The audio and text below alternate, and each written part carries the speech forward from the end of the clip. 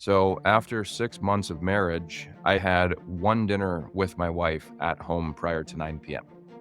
And eventually that was very eye-opening to us. And I remember very clearly one night I came home and my wife and I just basically said, this is not what we want. Yes, we're chasing a dream that we thought both of us wanted for me and my career, but it just wasn't anymore. And within a month, I became a licensed real estate agent and we moved into my parents' basement, married. All right. Welcome back to the Art of Connecting podcast. This is your host, Hayden Fike. This is the podcast where you learn how to connect and how to move up in the world a little bit. Speaking of moving up in the world, we have Ben Kall here with us today. Ben is one of my mentors, and he actually is the first person that I listened to in Action Academy when I joined the Mastermind program. Ben's call was the first one that I ever joined, and I was bright-eyed and bushy-tailed and had no idea what I was in for when I joined the Action Academy, but he opened up a new world for me. So it's a true honor to have Ben on the podcast today. How are you doing today? Awesome. I know we connect a lot offline, but as you said, we've known each other for a little while, and I'm pretty impressed at your age, what you're doing. And it's really inspiring for me because I'm call it 7 to 10 years down the road, probably. Head start. It's really fun watching other people getting started and how I can be of help to them. I love it. So to give you guys a little bit of background about all the things that Ben does for our group so first off, the Action Academy, if you haven't listened to any of my other episodes, is what's called a mastermind. So we're a group of 100 plus like-minded entrepreneurs, wannabe entrepreneurs that come together. And Ben is one of the group mentors. So he gets on the calls most weeks and is showing us how to underwrite deals, how to buy things, just really answering any questions that we have as new investors. So that's a little bit of background about what Action Academy is and how that came to be. But this isn't about Action Academy. This is about Ben. So I want to get started. And can you just introduce yourself and tell us about what you do and what you love? Yeah. So my background is I grew up in Rochester, Minnesota. I was a four-sport athlete in high school. Athletics and sports were basically my thing. I got decent grades throughout high school, but I got decent grades because you needed them if you wanted to play college sports. So that's really what drove me at the time. And as things progressed through high school, it was apparent football was my sport. If I was going to go to college, that's what I was going to do. So I ended up walking on to the Kansas State football team. I got to play special teams and I was a backup fullback and eventually earned a scholarship. But along the way, I realized that as an athlete, it's hard to ever admit this, but I'm not going to go to the NFL. So I need to start paying attention to what I'm going to do with the rest of my life. So I got a degree in kinesiology. I got a minor in leadership with my undergrad program. And I was on track to be a glorified strength and conditioning coach. And I was going to train former college athletes for the NFL Combine. That was the path that I was on. A couple weeks before graduation, my actual coach, my running back coach, had came to me and said, Ben, we're going to be creating a new position here at the football program. I think you would be a great fit. And so what this position it was the assistant director of recruiting and an assistant position coach for tight ends and fullbacks, that's what I played. So I pivoted and I said, wow, I get paid. I get to stay in a college town. I get to hang out with my girlfriend, all my buddies. I get to stay at the university with the gym, food, laundry, Nike clothing, sponsorships, all this stuff. Sounds like a pretty kick-ass corporate job, first ever job, other than working at golf courses and manufacturing warehouses. It's the poor college kid, right? So I got a job and I was an assistant coach and director of recruiting for a major Division I university. And as a former athlete, when you can't play any longer, you coach. And so I was getting paid to do it now. And this was a dream scenario. Fast forward, I did this for 4 years. Along the way, I got married. And for those of you that aren't married yet, life changes. Your priorities change, your goals change, your vision changes, everything changes. So after 6 months of marriage, I had one dinner with my wife at home prior to 9 p.m.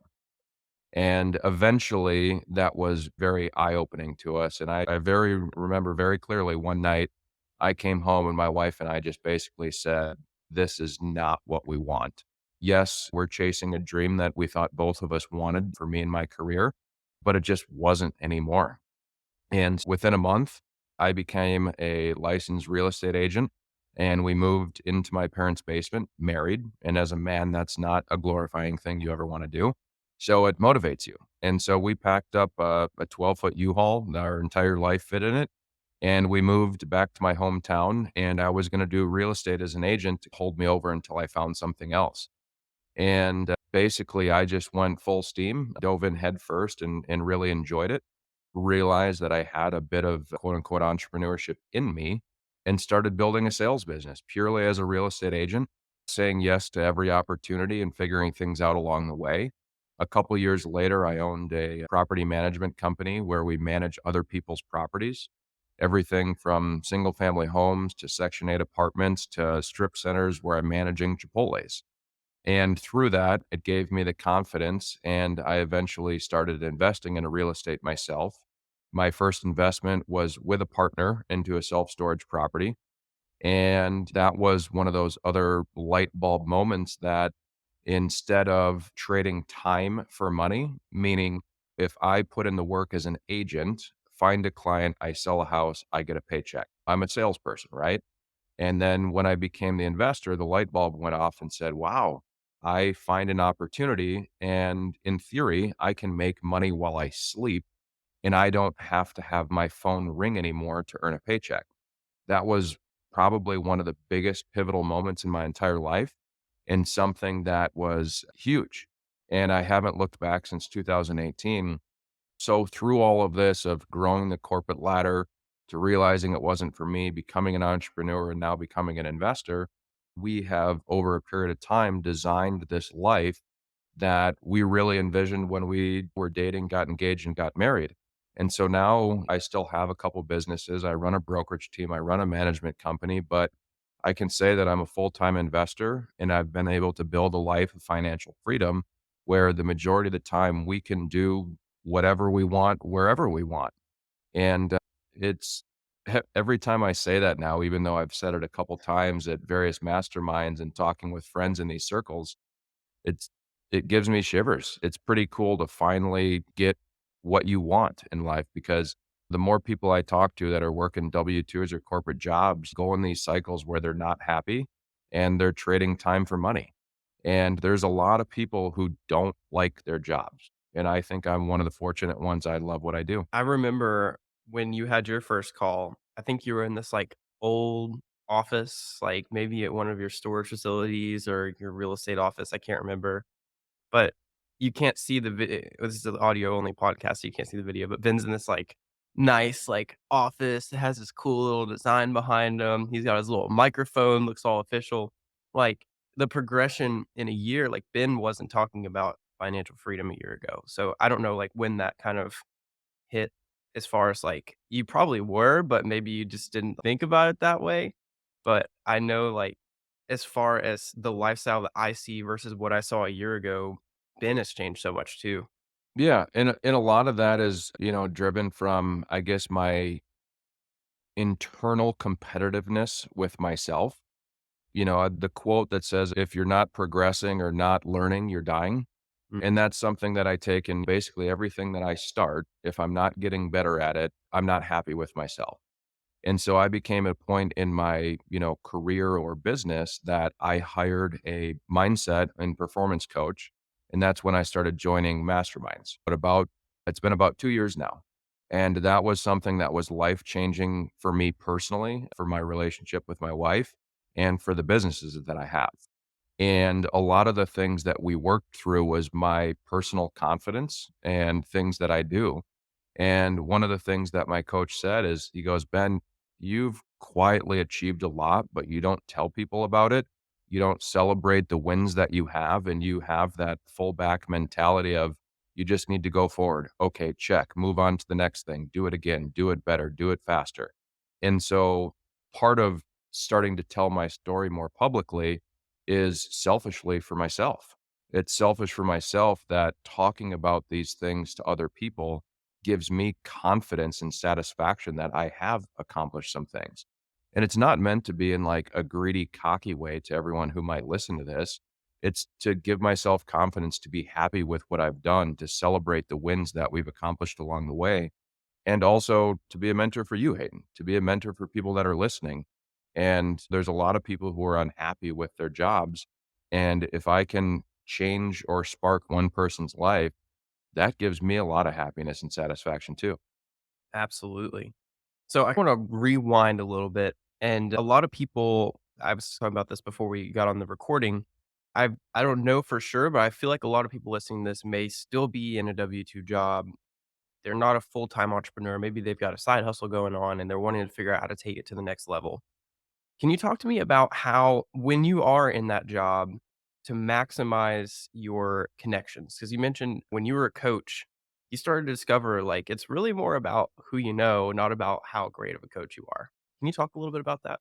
Yeah. So technically, I've only had one corporate job ever, and I was a football coach, right? So not many people would classify coaching football as corporate. But at the level I was doing it was a Division 1, Power 5, Big 12 football team, and it is horribly corporate. And so my wife works at Mayo Clinic, which is the largest #1 hospital in the world. That's very corporate. And so looking back and thinking about what she does in her profession, what she goes through to try to grow the ranks, and what I was doing trying to go move up the food chain, it's at the end of the day, if you want to move up, if you want to get bonuses, if you want to get a raise, if you want to move up the corporate ladder, I think 100% it boils down to the relationships and people that can help move you up the food chain and along the path. Yes, you need to do kick ass work. You need to be bought into the vision.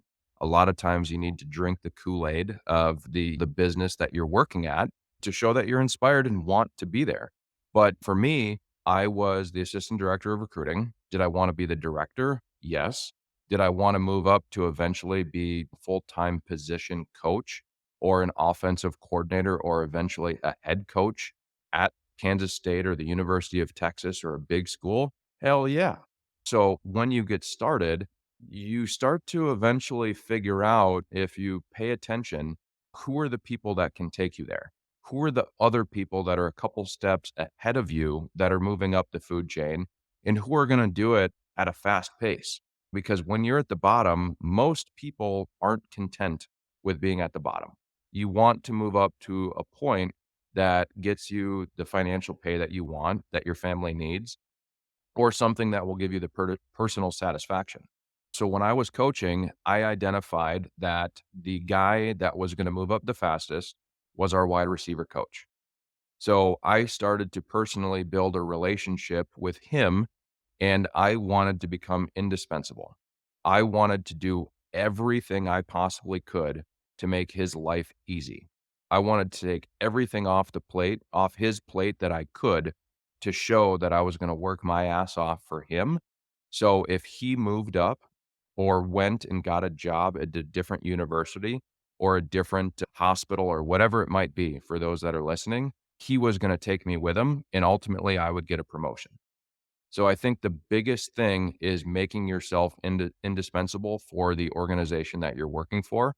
And if you were to leave, they couldn't get done what they're working on. I think that's the biggest thing that I learned. And a lot of the times in the position that I was in, it was doing really shitty work. Nothing that was satisfying for me. But I knew it needed to get done. And I knew other people appreciated and other people didn't want to do it. My thought process, even just sitting here thinking back then to what I'm doing now, is I have this kind of delayed gratification mindset where I don't chase things today. I chase things that will change my life in 5 years. And I think having that mindset will get you a lot further. And that's what I was doing at the time when I was in the corporate world. And it was working. I had moved up a couple different times. I saw a path to what I wanted, but ultimately I got married and realized I didn't want any of it. Mhm. Yeah, sometimes I feel you think you want this thing. I thought I wanted to be in the professional development program at the company that I worked in, and I was so excited because I was gonna get 4 weeks of PTO and benefits and everything, and now I'm like, "Thank God that didn't happen, man." Like, I would have been behind a desk for 40 to 50, sometimes 60 hours a week, I would have been traveling all the time, but not in the good way. I'd be traveling for someone else and not be able to enjoy myself. And I'm just like, wow, thank goodness that didn't happen. That's such a great story too about how like if you just make yourself available for the person who needs you, if you do that, you'll move up. And moving up, also, like, you wanna look forward past, like, "Okay, do I want to continue working this job, or do I really want to, like, branch into something else?" So let's talk about branching into something else. I wanna talk about your real estate business. So you quit football. How much time was there in between leaving coaching and going into real estate? I was scared out of my mind. So during the transition, when that light bulb went off for my wife and I that we needed to get out of this career, I decided to go into overtime for a couple months before I actually gave my notice that I was quitting. So I got my real estate license while still working a full-time job for the university. So to answer your question, there was zero downtime between professions. I gave my 2-week notice at the time that I became fully licensed as a real estate agent. I gave my 2-week notice. On that last day of my notice period, we packed up our entire life into a box truck and drove straight to Minnesota. And 2 days later, I was sitting in my office at Remax. And a lot of that is because we were poor. We had less than $6,000 to our entire name, and I was living in my parents' basement, right? The motivation to work fast and move out of your parents' basement was at an all-time high. It was horribly embarrassing, especially when you're in your hometown and people remember you from just being a local guy in the community or an athlete or a sports guy. When people ask, "Where do you live?" It's embarrassing. And so call it an athlete, a competitor, whatever. I did not want to tell people I lived in my parents' basement. And I knew that I needed to accelerate this and go fast. So there was no time off. Okay. And and a lot of that, I was used to working 80 to 100 hours a week. And for anyone who knows anything about being a real estate agent, it's not instant. You have to work your ass off. And even if I quote unquote sell a house today, I'm not getting a paycheck for 60 to 90 days. And so I hit the pavement. I started working really hard in order to buy my own house. So when you first started in real estate, what was like so you're moving it's your hometown, but maybe you haven't been there for a few years. What was your method that you use to create connections to clients and to buy or to sell homes and help people buy homes? Exactly what you just said. Building relationships and getting connections. If my mom listens to this, she'll probably laugh, but the best thing about living in your parents' house is you have access to their Christmas list. So I went in my mom's drawer, I stole her address book and Christmas list, I ran to the office, I photocopied the whole thing, and I started calling every single person on it. Because at the end of the day, it was my mom's list, but I knew personally because of family friends, I knew them. So I would call them and I would try to have 2 to 3 coffee meetings per day with somebody that I knew. And I would just sit down and have a conversation with them, update them on my life, why I decided to leave coaching and why we're back in town. And just naturally through that conversation, people curious now what I'm up to and what I'm doing. So I did not have to force, I did not have to sell them on me being an agent. It just naturally came up. We would have a half hour conversation. And then the tactic that I would use after that is I would send a handwritten note and mail it to their house and say, "Thank you so much for taking the time to get together. Please keep me in mind if you would ever like to buy or sell a house." And then 2 weeks after I sent that letter, I would send them a text message and said, "Hope you got my letter. Thanks so much for meeting." So it's just constant contact and showing people that you're paying attention, willing to build an actual relationship with them because I wanted to build a business based off relationships and referrals from clients that eventually started working with me, opposed to doing some of the other tactics the gurus say that you need to do as an agent. I tried door knocking, walking around neighborhoods. I tried opening the phone book and calling 1,000 people a day. I tried subscribing and paying for online leads, and I wanted to blow my brains out. It wasn't for me. And I knew that sitting down to drink coffee with someone and just have a conversation like this was much more authentic for me, and it related to my clients, and over a period of time, my business grew and I grew it the way that I wanted to, where I enjoyed it.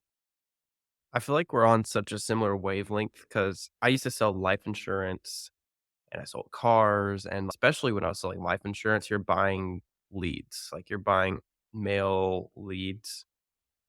And oh my gosh, the dread of getting on that dialer and calling people and I'm calling about your mortgage with Regions and the amount of blah, blah, blah. And it's like, who's this? and, but now, like the way I grow everything is by getting coffee and lunch and meeting people at maybe sitting at the bar or wherever. That's how I find my business partners, and that's how I find the people that do business with me. And just to add on that, like, I am not a natural born salesperson. I think I've been able to grow my business to the point that I have as an agent. My book of business and my property management company are now even working with investors that basically say, Ben, we love what you've done. We've seen the life that you've built through investments. We want to invest with you. And so now essentially I manage other people's money through the investments that I identify that I think would go well. And looking back on each of those different paths that I've taken since leaving the corporate world, it's all because of relationships. It's a little bit slower, but everyone knows, likes, and trusts me. And that just came out and it sounds arrogant, but doing it that way, it's not transactional. It's more about the relationship and a long lasting relationship with people. The fun thing that my wife actually told me about a month ago is that through our third party management company, right? Someone buys a house, someone buys an apartment building and hires me to manage and lease and do all the financial reporting for their apartments, right? Every single client in that company is now an investor in one of my properties where I own it and manage it. So that has been a almost an 8-year process to prove to these people that I can do things professionally and build a relationship with them where they trust me. And now it's benefiting me in other ways. And building those long, authentic relationships has empowered me to continue to grow in other ways that I never thought would be possible. Mm. I love that. And I love your pointer on going through the Christmas list. That's I've never heard that before. That's pretty awesome. Who knows if your parents have 10 people in it or 200 people in it? It literally is an agent, it takes one. In the town that I live, the average home sale is $300,000. So a commission on that, a paycheck's about 8 grand. So it takes one to get started. So how long did it take you to sell your first house? It's a good question. I would probably say 2 to 3 months after getting started. So 2 to 3 months to actually get a contract signed means almost 4 to 6 months before I got a paycheck. So what kept you pushing when you're like sitting there banging your head on the wall? You're going to 3 coffees a day, paying for people's coffee. And I know what it's like. You feel like, oh my gosh, I've been doing this and I'm not making any money. Like, how did you keep pushing forward? Along the way, I wanted to quit a bunch of times. I had actually, like I said at the beginning, this was a holdover job, right? So I had been continuing to look for different things in sports to Google what the hell can you do with a kinesiology degree and look at everything that would pop up on Indeed or Google. So along the way, I had actually interviewed to be the athletic director at the high school where I went. And I would imagine I was probably one of the lead candidates. But after interviewing for something that I thought would be a pretty sweet job, I walked out of the interview and I said, this sounds absolutely awful. So I was looking for other jobs. So I was half in, half out.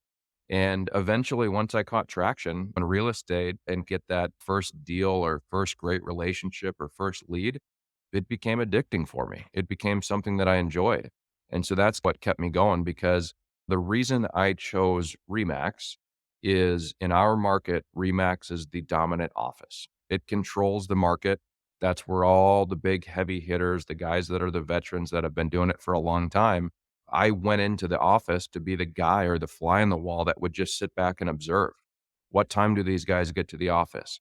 What are they doing when they're office? Can I listen, like creep and be the guy in the hallway listening to what they say on the phones? And so that's where I was spending a lot of my time getting a lot of my knowledge because there isn't a blueprint that says open the book, do X, Y, and Z, and you'll be successful. You just need to find things that other people do that lead to success and then mold them into your own to build it how you're going to do it.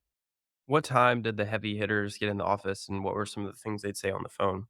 Yeah. So there was two different types of real estate agent, right? There's the early morning people that would get there between 6 and 6:15. They would walk around the office and start coffee on all the different floors, even though their office is on the first.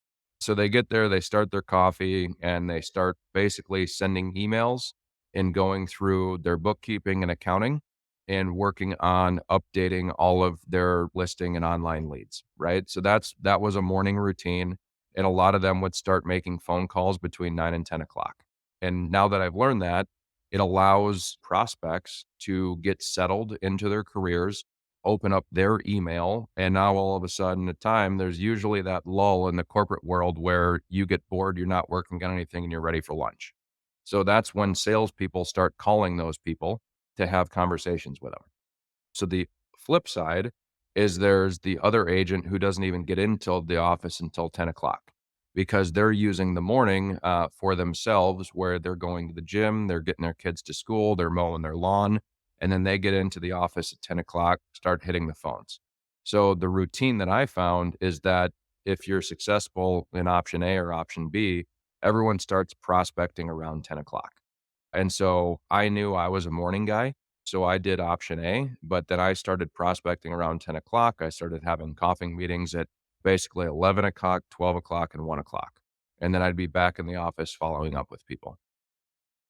Got it. And then all of these the majority of the heavy hitters, you would say, came into the office at some point in the day? They didn't just, like, work remote or work from home or anything? Yeah, so I've been licensed full time since 2016. I still personally go into the office every day. And I would say since 2016, all of the heavy hitters are in the office every single day. For me, I like it because it's just like a mindset shift for me that if I'm working from home, I get a ton of work done. But regardless of how motivated you are, there's distractions. Oh, I want to go on a walk with my wife. I want to let my dog out. I want to mow the lawn, right? But if I walk through the door of the office, it's an intentional shift in my mind that says, I'm here to get shit done. And I just work faster, more intent behind the things that I'm due. And then when I leave the office, I can relax. I think that's a great point. So, Ben, I want you to brag on yourself a little bit here because so far we haven't really talked about business and numbers. And I don't typically talk about numbers too much, but a post that you put on the Action Academy the other day made my eye pop a little bit. What can you tell me a little bit about some of the stats of your team and your brokerage and everything? So this is something that I've never really publicly talked about until a mastermind trip and where I got to actually spend time with Hayden. But I touched on it a little bit earlier. I don't spend enough time reflecting on things that I've accomplished. So basically, I have a real estate team at Remax, and our Remax franchise is the largest in the world. I have a team of a total of 3 agents, and we are consistently ranked one of the top 5 teams in the entire franchise, and that's 3 agents. So over the last, what is it, 7 years, personally, I have transacted over $200 million of real estate as a broker, and that's over 300 transactions. I didn't have a clue that I accomplished that until about a month ago. So looking back, that's pretty damn cool. That's awesome. Yeah, like most people in their lifetime probably won't reach that transaction level, which it's but it's a that's the thing is it's doable. You've been doing this for 7 years and you were just would you say like consistency and connections were like your main that's why? What would you say the reason behind that is compared to someone who's been doing it for 12 years and just seems to keep hitting the wall? Selfishly for me, I would say that it's my internal competitiveness with myself and never being content. Being one of the reasons that I've pivoted and wanted to become an investor is because even though my income as a salesperson has gone up and almost doubled every single year, it still scares the hell out of me when January 1st hits and all of a sudden you're like, wow, I had a kick ass year. Hope my phone's going to ring this year. Even though I've been doing this for longer and my paychecks have become more consistent, being a salesperson really scares me. And I don't want to be the future dad that hits a recession or has a down year And my lifestyle for my kids and family needs to change because dad didn't earn money like he did last year. Mm. So that's really scary, and that's been one of my internal motivators. But I think the other thing that I took from a couple people that I observed when I was getting started is that too many times in investing or in sales is you get a deal done or you buy an investment and all of a sudden you stop prospecting to focus on that. So I needed to become better at time management to not let off the gas on my leads, my prospects, my future potential deals that I want to invest in. And so essentially, you need to go in overtime. You need to continue to do all the quote unquote shitty work that got you to the point that you're now in. But then you also need to focus on what you have to service your clients, to ensure the deal gets done, to ensure they're happy, very happy with the house that you're helping them buy. On the flip side, now I need to really focus on the operations and the transitions of the deals and investments that I'm buying while continuing to prospect for future business and investments. So that was the big shift of once the snowball started going, if I wanted to keep it rolling down the hill, I needed to basically time block. I need to focus for me, I focus in the mornings on prospecting for leads for my sales business and also prospecting to find opportunities to invest in. And then the second half of the day, I really focus on ensuring my clients are satisfied and my deals that I own and operate are operating very efficiently. So when you're time blocking, how do you feel like if a current client calls you on a $2 million house you're closing on and but you're focused on outbound? Like how do you separate yourself from that and still be available? It's really hard. I've realized that part of why I've had success as a salesperson, if you ask a lot of my clients or read any reviews, it talks about responsiveness. So I think in sales, you need to be focused on what you're working on in the moment, but you need to be responsive. And unfortunately, I am too addicted to my cell phone and too addicted to my email. And it's something I'm working on currently. That's part of why I'm taking a trip to Colorado for an entire month to try to learn to delegate, to have other people help, to not just run out the door if I need to show a house or check on a property.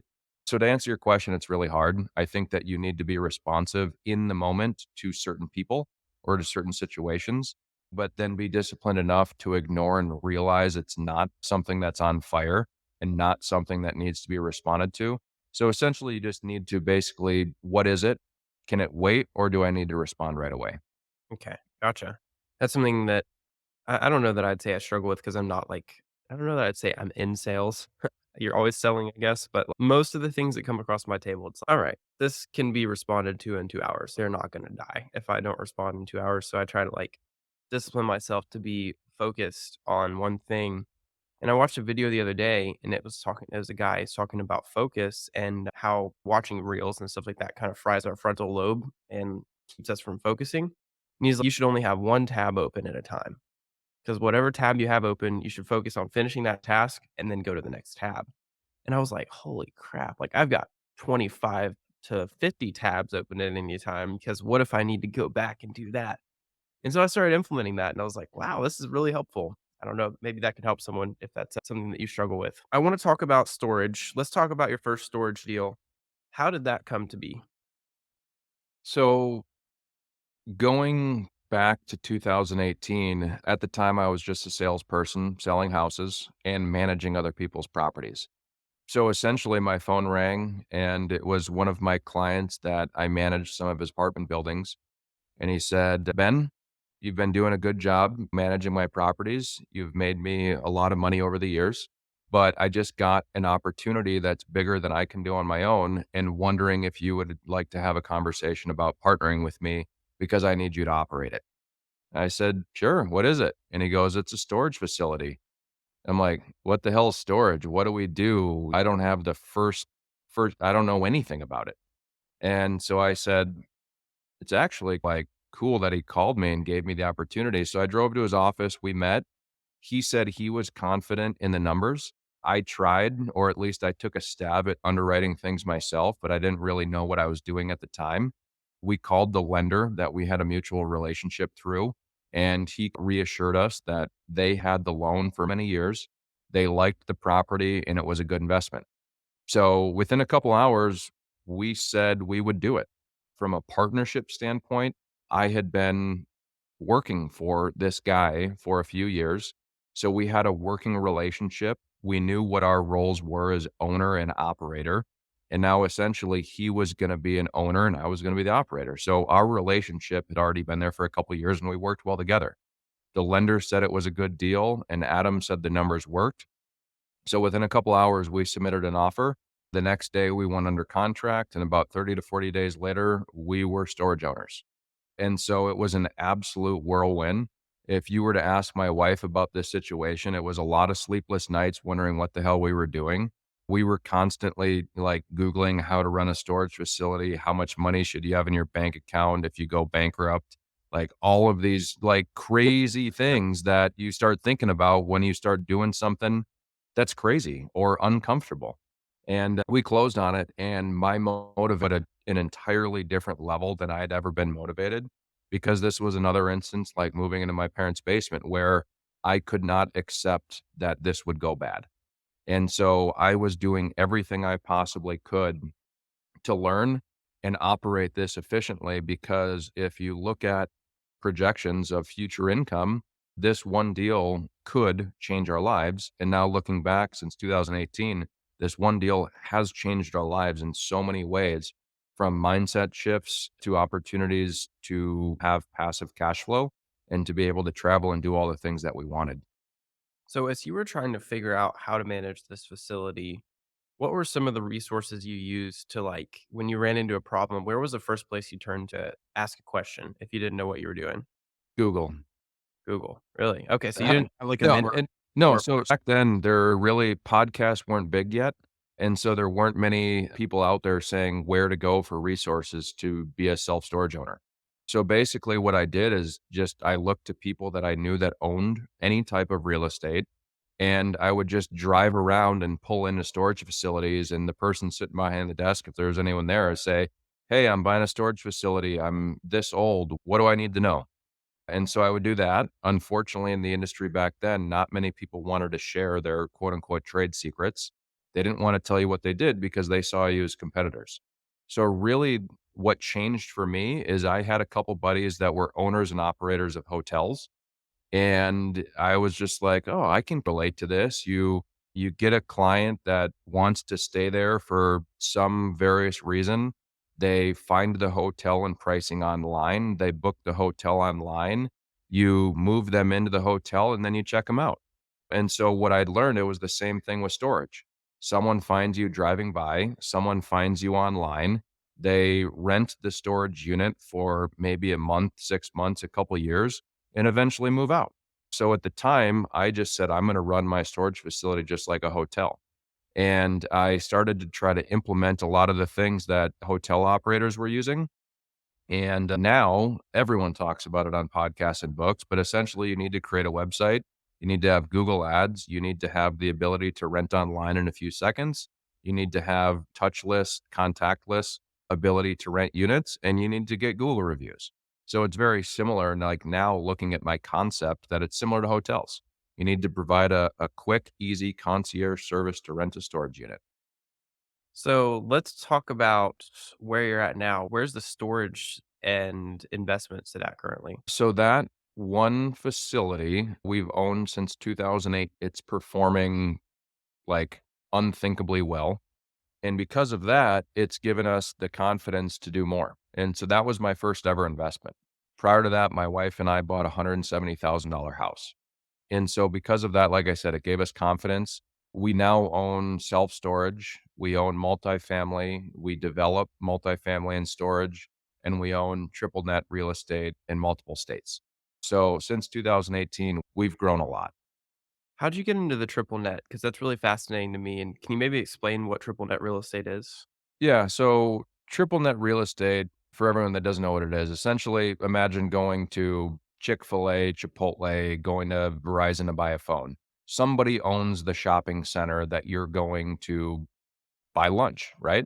So triple net real estate is a type of lease that these tenants sign with a landlord.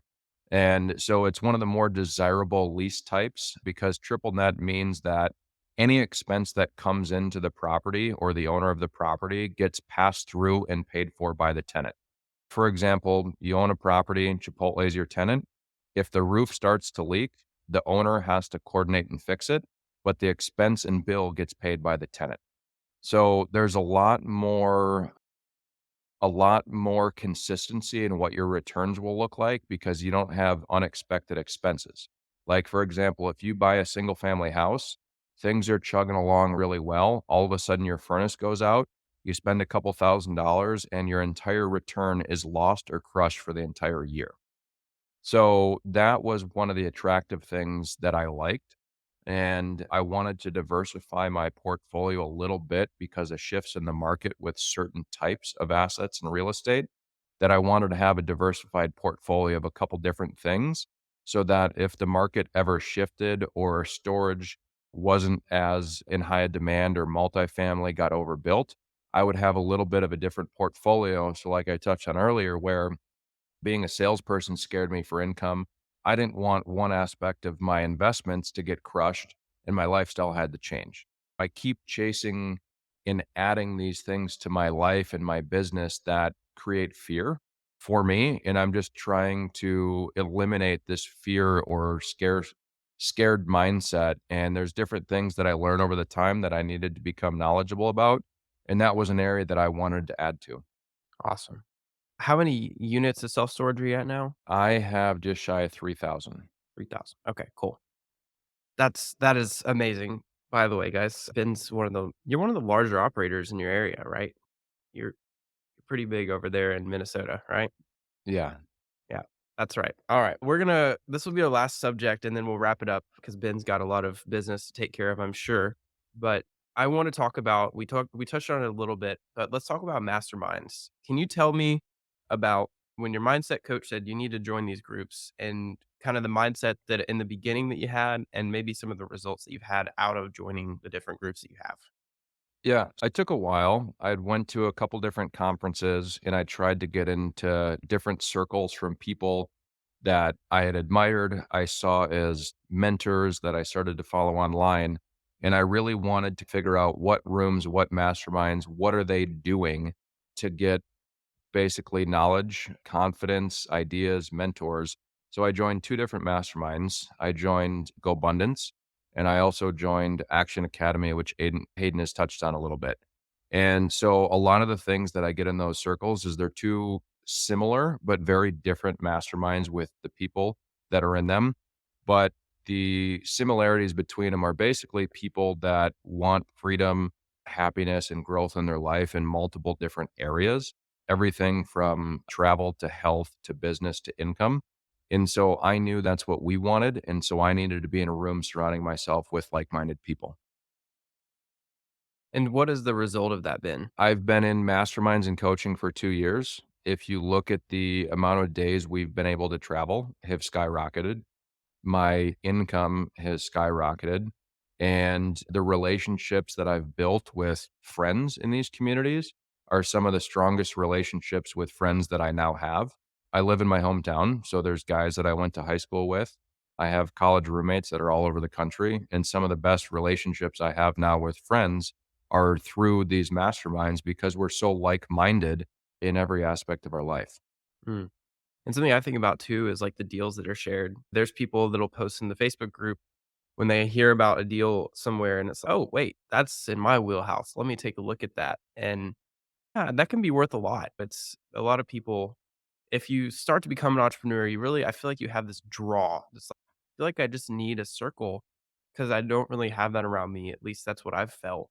And as I get into these virtual circles, being in masterminds that are nationwide, it's just incredible to get to meet people on the screen and hear what they're doing and then get to actually meet them in person. You're like, ah, this is the guy right here. And it's interesting because a lot of the times you join one of these and you don't know what it's gonna be. You hear it on a podcast, you hear it online, you see a Facebook post, and you join one out of, like, FOMO, right? And you start tiptoeing. Then you realize how open these people are, and it's a Facebook community, right? And a lot of them are private, so there's some kind of protection or feeling that what you say is going to stay in the group, which isn't always true.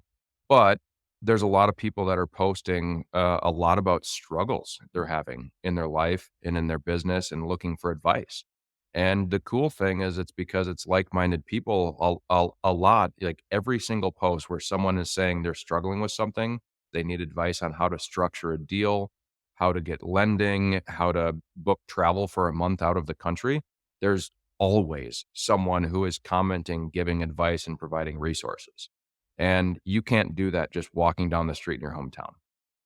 And also just posting publicly, a lot of times you won't see people really trying to help either. 'Cause it is true, like, we all are selective in where we put our time. We have to be. You get 24 hours in a day. So, I've been super thankful for whenever I have a problem. Ben's jumped on several posts that I put of, "Hey, I've got this problem," and he's like, "Did you do this and this?" And I'm like, "Ah, no, I didn't. Let me go do that." And then the problem's figured out. So, I just wanted to maybe plug 'cause a lot of that's connecting too, right? Is building relationships with people. It's not necessarily, like, just face to face. There's other ways to do it as well. Yeah, and the last thing that I would add is, like anything that you do in your life, whatever you put in is what you're gonna get out. And so there are other masterminds that have been attractive to me. Other people have told me that I should join, but I purposely feel very comfortable and confident in the two that I'm currently in. And I'm continuing to try to buy into these communities because if I'm just a fly in the wall that doesn't jump in to give advice, to ask for feedback, to be vulnerable, to be confident, to celebrate my wins, I'm just going to be a guy that's paying for a community to read. Mm, There's enough on Instagram that you don't need to pay for anything. yep. It is very uncomfortable for me to post on social media. It is very uncomfortable for me to chime in and comment on people's posts. I don't like doing it, but I know that I need to be comfortable being uncomfortable. Mm, And that's a quote that I have posted now that I've seen the result of this in my personal life and in my business by posting in these communities and starting to post more on social media. I've talked to Hayden about it offline. I've don't post much on Instagram, but the confidence that it's given me to do podcasts like this or to speak in public or even to find investors for my investment company, it's crazy the mm, feedback that you get. And the concept that a lot of people say is, oh, just do it. It takes reps. You'll suck at it at first, but no one's watching. By the time you get better at it, people will start watching and no one looks at your first ones. yep. That scares me. I want to be perfect in everything I do. So if I try to put a reel out or if I type a post or a comment in one of these masterminds, I type it up in Word first and I let it sit there and I rewrite it and then I go post it. Dang. And same as with my Instagram reels, I'll have 30 takes and then I'll spend 2 hours editing a 15-second reel. But it's how I'm programmed. I don't want to put something out there that sucks. And I need to get better at just going with it. That almost kept me from starting this podcast. I had a similar mentality of, "Oh, I need to have all my stuff together." And I finally just it's like a switch flipped, and I was like, "If I don't just freaking do this, it's not gonna get done." And yeah, my first few episodes you listen to, there's one, it sounds like I was talking through a Cracker Barrel microphone because I didn't book the podcast studio, and I thought that my guest was so big that I couldn't reschedule.